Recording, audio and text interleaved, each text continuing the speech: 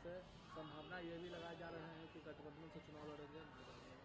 भाई पप्पू यादव जी तो हमारी पार्टी के सांसद रहे हैं और इसी विचारधारा को मानने वाले हैं, तो इसलिए उनका पुराना घर है ये। अब क्या होगा, कहां से लड़ेंगे, ये सब का फैसला नेतृत्व करके जब तय हो जाएगा तो पता चल जाएगा। पशुपति पारस भी है, केंद्रीय मंत्री पद से इस्तीफा दे दिया है। अब कैलाश सेबीलाल तो हाजीपुर लोकसभा चुनाव से लड़ेंगे, तो क्या महागठबंधन की तरफ से आएंगे? देखिए, उनको आदरणीय पशुपति पारस जी को चुनाव लड़ना चाहिए। उनके साथ बीजेपी ने नाइंसाफी की है, उन्होंने खुद ही बयान किया है, और जो उनका दर्द है वो छलका है। अब वो क्या करते हैं, आगे कदम उनका क्या होगा, ये तो वो जाने, वो बताएंगे।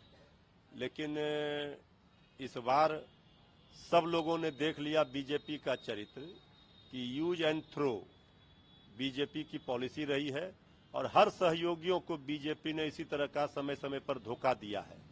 पशुपति पारस जी भी उनके शिकार हो गए। इसलिए हमें लगता है कि पशुपति पारस जी का अगला कदम क्या होता है वो निर्णय करें, इसके बाद नेतृत्व सोचेगा। यूपी के बदायूं में नाई ने 2 बच्चों की हत्या की, जिसके बाद पुलिस मुठभेड़ में हुई। देखिए, यूपी का जो शासन है, कानून व्यवस्था है, वो चौपट है। और क्या हालात हैं यूपी में, एक इसका उदाहरण है।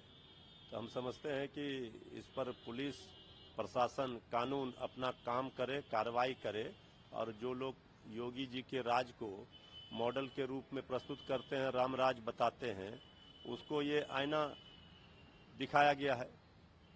ये कर्नाटक के मुख्यमंत्री सिद्धारमैया, उन्होंने प्रधानमंत्री नरेंद्र मोदी को कमजोर प्रधानमंत्री बताया और कहा कि मैं एक मजबूत मुख्यमंत्री हूँ। न देखिए, आदरणीय प्रधानमंत्री जी 10 वर्षों से इस देश का नेतृत्व कर रहे हैं, लेकिन जो गरीब, किसान, मजदूर, नौजवान सब परेशान हैं। अब समय आ गया है बदलाव का, परिवर्तन का। देश का मूड और मिजाज बदल चुका है। तो अब तो आदरणीय प्रधानमंत्री जी ने जो जो वादे किए, जो जो सपने दिखाए, अच्छे दिन का सपने दिखाकर देश के नौजवानों, किसानों के बुरे दिन ला दिए। तो ठीक ही कहा है कर्नाटका के माननीय मुख्यमंत्री जी ने कि वो कमजोर साबित हुए। कुछ पूंजीपतियों, उद्योगपतियों के ही सामने वो नतमस्तक होकर रहे, बाकी देश की आम जनता का भलाई का काम नहीं कर पाए। प्रधानमंत्री मोदी ने कल तमिलनाडु में कहा है कि डीएमके और कांग्रेस से वो भ्रष्टाचार और वंशवादी शासन का अवतार है, और 21 सिक्के के 2 पलड़े। आदरणीय प्रधानमंत्री जी भ्रष्टाचार पर जब जब बोलते हैं, तब तब ये लोगों को याद आता है कि आखिर लुटेरे देश से क्यों हो गए फरार, और आप क्यों बनकर रह गए, सोते रह गए चौकीदार बनकर। ये तो आदरणीय प्रधानमंत्री जी बताना होगा कि ये इलेक्टोरल बॉन्ड घोटाला जो है, इससे बड़ा घोटाला भ्रष्टाचार और क्या हो सकता है। तो भारतीय जनता पार्टी सीधे कटघरे में है एसबीआई इलेक्टोरल बॉन्ड मामले में। तो इसलिए आदरणीय प्रधानमंत्री जी को भ्रष्टाचार पर बोलने का कोई नैतिक बल नहीं बचा। अरविंद केजरीवाल ने जांच एजेंसी के समन के खिलाफ दिल्ली हाईकोर्ट का दरवाजा खटखटाया। देखिए, माननीय न्यायालय में जाने का अधिकार सबको है।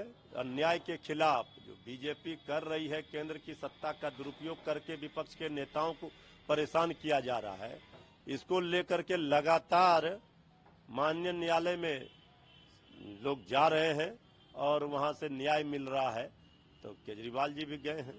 कैश पोर्ट चोरी मामले में महुआ मोइत्रा की मुश्किलें लगना बढ़ सकती है, लोकपाल ने सीबीआई जांच के आदेश दिए। देखिए कि जो सारा नियम के तहत जो भी प्रक्रिया है, जो कानूनी प्रक्रिया है, उसके तहत वो अपना पक्ष रखेंगे। अब परेशानी बढ़ सकती है बीजेपी के द्वारा जिस तरह से टारगेट किया गया, खास करके महुआ मोइत्रा जी के ऊपर, ये सब लोगों ने देखा है। तो हम लोगों को पूरा भरोसा है कि माननीय न्यायालय में न्याय मिलेगा उनको, और ये सारा किया धरा बीजेपी का है और राजनीति से प्रेरित है, ये स्पष्ट दिख रहा है।